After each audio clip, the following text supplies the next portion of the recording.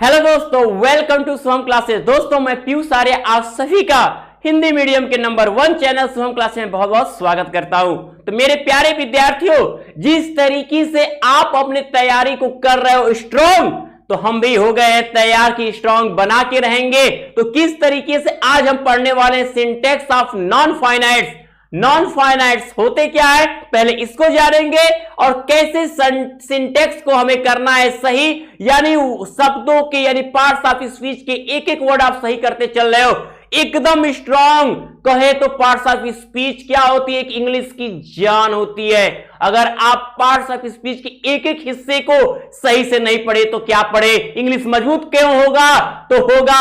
अब आप तैयार हो, मैं अब एक एक टॉपिक सिखा रहा हूं आपको। तो चलिए बात कर लेते हैं हम सिंटेक्स ऑफ नॉन फाइनाइट्स के बारे में। जैसा कि आप देख रहे हैं, पहला रूल ही आपको बता रहा है कि करना है क्या आपको, तो करना है मेरे बच्चे आपको क्या, ध्यान दीजिएगा। कह रहा है रूल 1 कि इन्फिनिटिव में साधारणतः जो इन्फिनिटिव वर्ब होता है, आप इन्फिनिटिव कभी भी बनता है वर्ब के फर्स्ट फॉर्म के पहले टू लगा देने से इन्फिनिटिव वर्ब का निर्माण होता है, जिसकी शुद्ध हिंदी करने पे वह क्या आता है, ना, ने, ये शब्द आता है। तो इन्फिनिटिव में मुख्यतः वर्ब के पहले टू का प्रयोग होता है, किंतु निम्नलिखित अवस्थाओं में इन्फिनिटिव का टू नहीं लगता है। हमको यही सीखना है मेन कि कहां कहां पे इन्फिनिटिव टू का प्रयोग नहीं होता है, यानी कि अगर इन्फिनिटिव टू लगा हुआ है, टी-ओ लगा हुआ है, तो वहां पे गलत है। ये गलती कहां कहां पे हमसे होती है, यही आपको मैं सिखाने जा रहा हूं।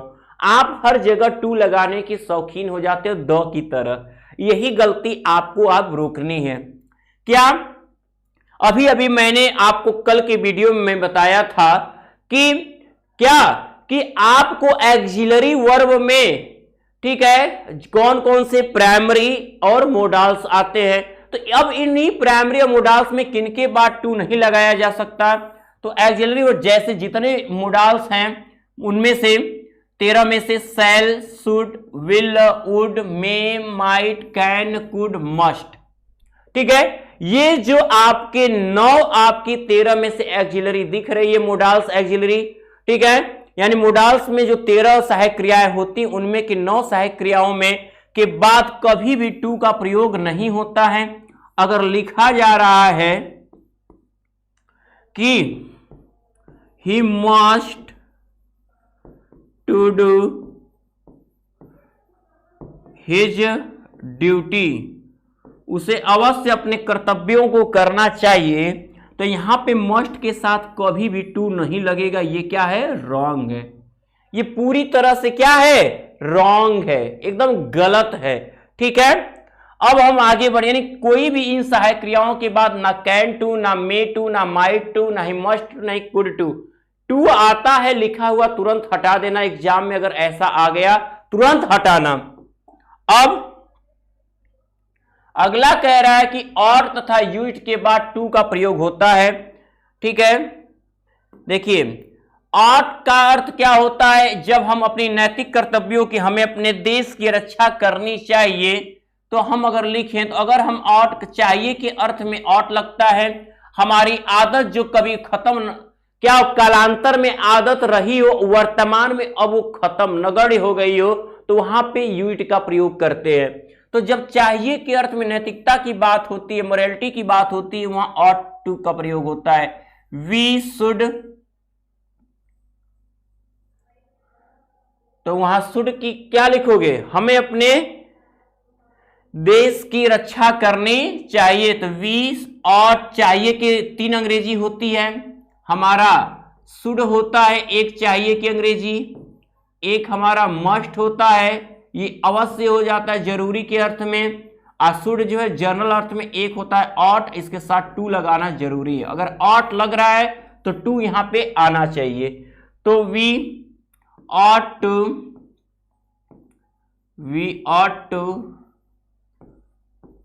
सेव आवर कंट्री, हमें अपने देश की रक्षा करनी चाहिए। ठीक है, ये हम वास्तव में अगर हम इस देश के वासी हैं तो हमें अपने देश के प्रति हमेशा अच्छा सोचना चाहिए, क्योंकि गर्व से कहो हम भारतीय हैं। ठीक है, तो ध्यान दीजिए, अब डेयर तथा नीड के निगेटिव तथा इंट्रोगेटिव रूप में टू का प्रयोग नहीं होता, लेकिन अफर्मेटिव में हम डेयर के अफर्मेटिव में और किसमें अफर्मेटिव सेंटेंस में हम डेयर तथा नीड का प्रयोग कर सकते हैं, लेकिन निगेटिव और आपके इंट्रोगेटिव में क्या है, टू का प्रयोग नहीं कर सकते हैं। जैसे गलती मैं आपको बता दूं,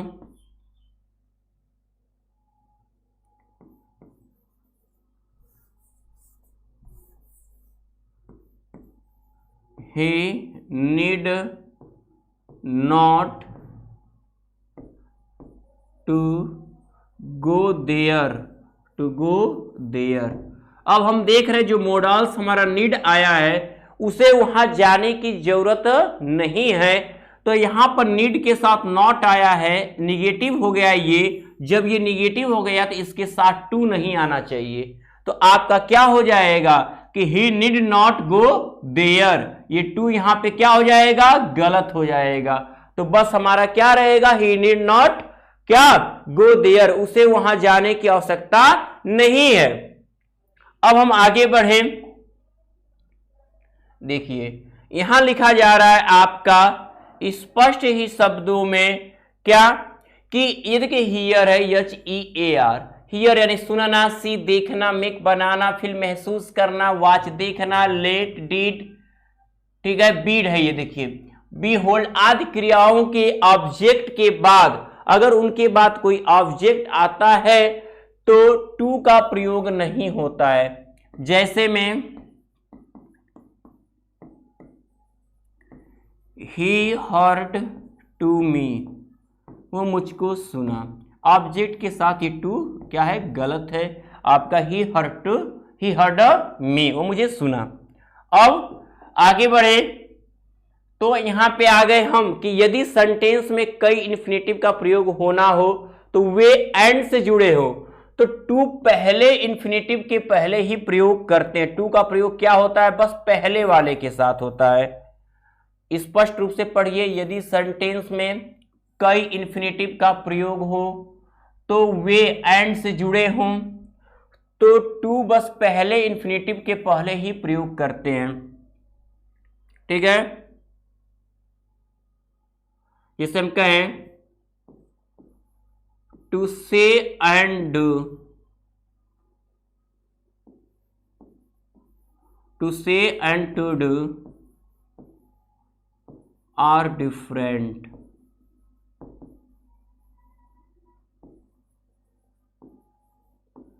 कहना और करना क्या है, अलग अलग बात होती है। हम कहते कुछ है, करते कुछ है। तो अब यहां पे टू से और टू डू लिखा है तो बस टू से एंड डू, तो यहां पे टू बस एक ही के साथ यूज किया जाएगा, उसके साथ यूज नहीं किया जाएगा। आगे बढ़े तो हम देख रहे हैं लिखा है कि नो के बाद हाउ तथा इन्फिनेटिव का प्रयोग अवश्य होना चाहिए। अगर हम नो लिखते हैं कि जैसे उसे अगर नो के बाद आपको हाउ लगाना है और हाउ के साथ टू आना चाहिए, हाउ टू, जैसे मैं कहूं कि वो लिखना जानता है, ठीक है, मैं कहूं कि वो लिखना जानता है, अगर मैं इस शब्द का अगर प्रयोग करूं, वह लिखना जानता है, वह जानता है, तो ही नोज, वह जानता है, क्या लिखना जानता है। अब बताओ, ये याद रखना, जब शब्द में ना नहीं आता है तो टू लगता है, लेकिन अब वो ही नोज टू राइट नहीं लिखोगे। अगर नो आया है तो आपके उस पहले आपको हाउ लगाना है, उसके बाद टू लगाना है, ये हाउ टू जरूर लगाओगे। अगर नो आता है उसके बाद इन्फिनेटिव लिखना है हमें। इन्फिनेटिव कैसे पहचानोगे, जब हिंदी का सेंटेंस बनाते समय शाब्दिक रूप से उसमें ना ने नी दिखे तो आपको समझ जाना है कि वह इन्फिनेटिव बनेगा। वह लिखना जानता है, देखिए लिखना में ना शब्द आ रहा है पहले से स्पष्ट रूप से, उसको तोड़ने पर ही सीधा आ रहा है ना, तो इन्फिनेटिव है। तो लेकिन जब नो के साथ इन्फिनेटिव आता है तो आपको पहले हाउ लगाना है, तब टू, अब राइट वो लिखना जानता है। ठीक है, वह पतंग उड़ाना जानती है, तो ठीक है, तो यहां क्या हो जाएगा कि सी नोज क्या, हाउ टू, हाउ लगाएंगे to, see knows how to, अब लिखा होगा क्या, उड़ाना, तो टू फ्लाई, यही इन्फिनेटिव बना है, इन्फिनेटिव टू बना है। ठीक है, अब हो गया she knows how to fly kite, वह पतंग उड़ाना जानती है। तो इस तरीके से आपको करना है, नो के बाद हाउ, उसका टू जरूर होना चाहिए। अब अगर हम आगे बढ़े तो कह रहा है कि इन्फिनेटिव के कुछ ऑब्जेक्ट के रूप भी देख लीजिए। ठीक है, इन्फिनेटिव जो है ऑब्जेक्ट के रूप में भी बनाया जाता है। कैसे ऑब्जेक्ट बनता है, ये किसी वर्ब का सब्जेक्ट भी हो सकता है, किसी वर्ब का ऑब्जेक्ट भी हो सकता है। कब, जब मैंने कहा कि क्या आपको शाब्दिक हिंदी का सेंटेंस पढ़ते समय उसमें ना शब्द दिखाई दे तो समझ जाना यहां पे इन्फिनेटिव वर्ब का प्रयोग होगा। इन्फिनेटिव वर्ब कैसे होते हैं, किसी भी मेन वर्ब के फर्स्ट फॉर्म के पहले टू लगाने से इन्फिनेटिव का निर्माण होता है। और ये इन्फिनेटिव का प्रयोग हम क्यों करते हैं, जब कोई क्रिया सब्जेक्ट या ऑब्जेक्ट के रूप में कार्य करती है तो वहां पे इन्फिनेटिव की जरूरत होती है। आगे पढ़ोगे ऐसी ही सेम सिचुएशन जिरंड के साथ भी होती है। जैसे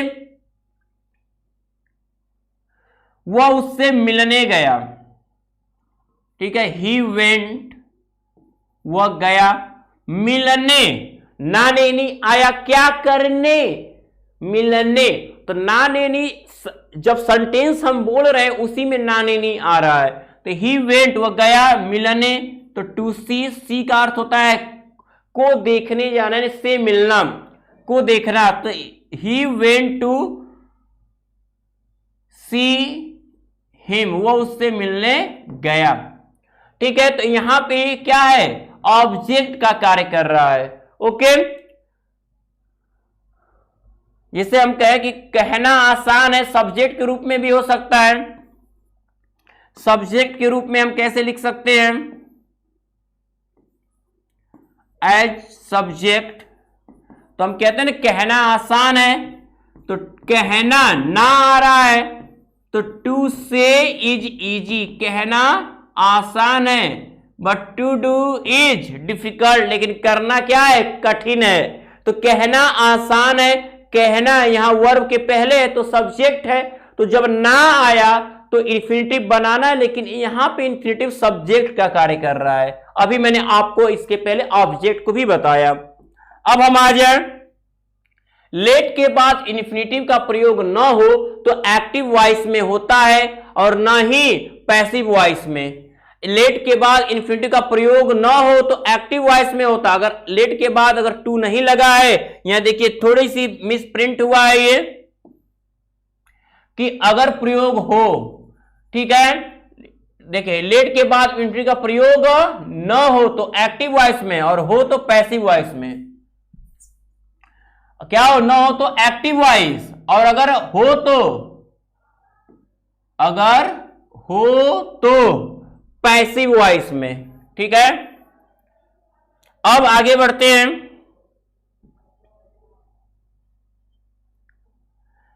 द स्प्लाइट इन्फिनेटिव, क्या इसका मतलब यह है कि आपको इन्फिनेटिव के बीच में किसी अन्य मॉडिफाइंग वर्ड का प्रयोग नहीं करना चाहिए। किसका, मॉडिफाइंग वर्ड, कभी भी इन्फिनेटिव आता है उसके साथ कोई और अदर वर्ड नहीं आना चाहिए। इस बात का आपको एकदम ध्यान रखना है। ठीक है, अब याद रखिए, अब इन सब चीजों के बाद आप देख रहे हो कहां पे जिरंड आ गया। जिरंड किसे कहते हैं, बस ये हमें समझ लेना है। आखिर जिरंड होता क्या है, ये भी नॉन फाइनाइट्स का ही भाग है।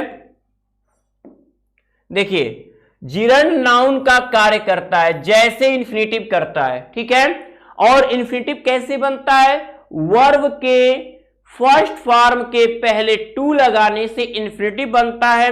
उसकी जरूरत कब पड़ती है? जब हमें किसी वर्ब को सब्जेक्ट और ऑब्जेक्ट बनाने की आवश्यकता होती है। वैसे ही वर्ब की फर्स्ट फॉर्म में अगर हम आईएनजी लगा देते हैं तो क्या होता है? हमारा ये जिरंड बनता है। हिंदी में जब इसका अर्थ हम लिखते हैं हिंदी अर्थ, तो हिंदी अर्थ में इस शब्द के अंत में क्या ना ने नी यानी नानी आती है, ठीक है ना, ना ने नी आता है। और अगर हम बात करें इसके रूल की तो क्या होता है? जिरंड आता है। किनके बाद? जो वर्ब नीचे दिख रहे हैं, इन्फिनेटिव नहीं आएगा। जब भी इनके साथ यूज करेंगे जिरंड ही यूज करेंगे। जैसे में कंप्लीट है, कंप्लीटिंग बनाएंगे, कॉन्स्टिट्यूटिंग बनाएंगे, डेनिंग और enjoying, disliking, finishing, giving up, hating बन जाएगा, रिमेंबरिंग, सक्सीडिंग, हेल्पिंग, सजेस्टिंग। तो ये सब इनके साथ आपका कभी भी टू लग के नहीं बनेगा, आईएनजी लग के ही बनेगा।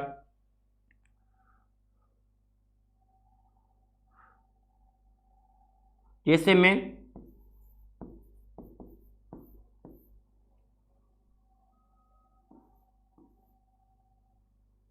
बिसाइड्स,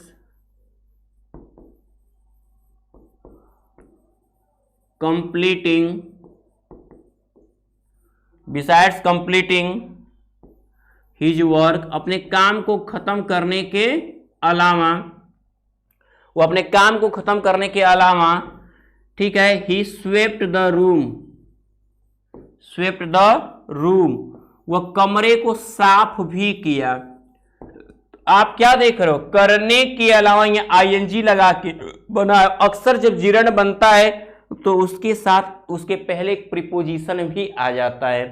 तो इसमें मेन वर्ब की फर्स्ट फॉर्म आईएनजी लगाने से क्या बना? हमारा जिरंड बना। ठीक है, अब देखिए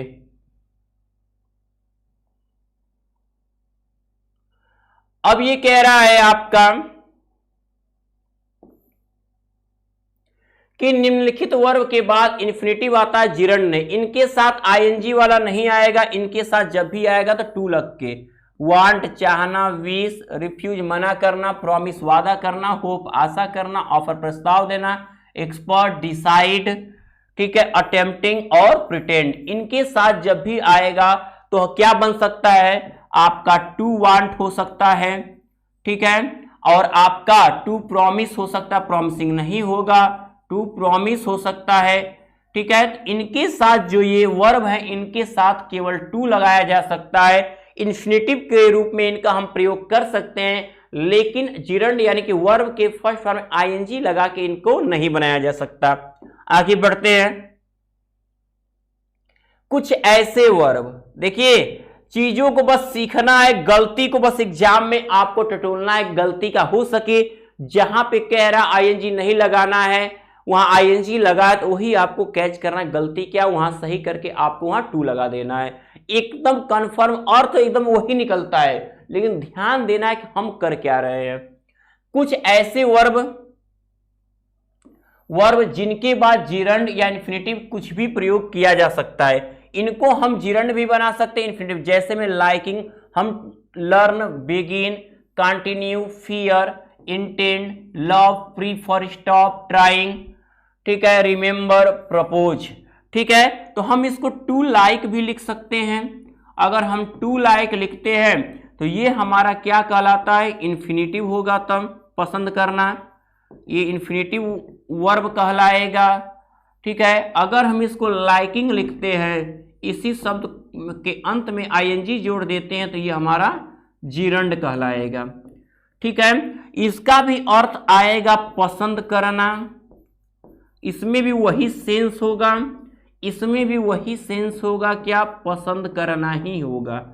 ये भी किसी वर्ब का सब्जेक्ट बनाया जा सकता है, ऑब्जेक्ट बनाया जा सकता है। ये भी किसी वर्ब का सब्जेक्ट ऑब्जेक्ट बनाया जा सकता है। तो इन वर्ब के साथ जिरंड भी बन सकता है और इन्फिनेटिव भी बनाया जा सकता है। बस वर्ब को आपको ध्यान में रखना है कौन कौन से वर्ब है। पसंद करना, सीखना, शुरू करना, जारी रखना, डरना, तो ये सब आपको आएगा। अब देखो,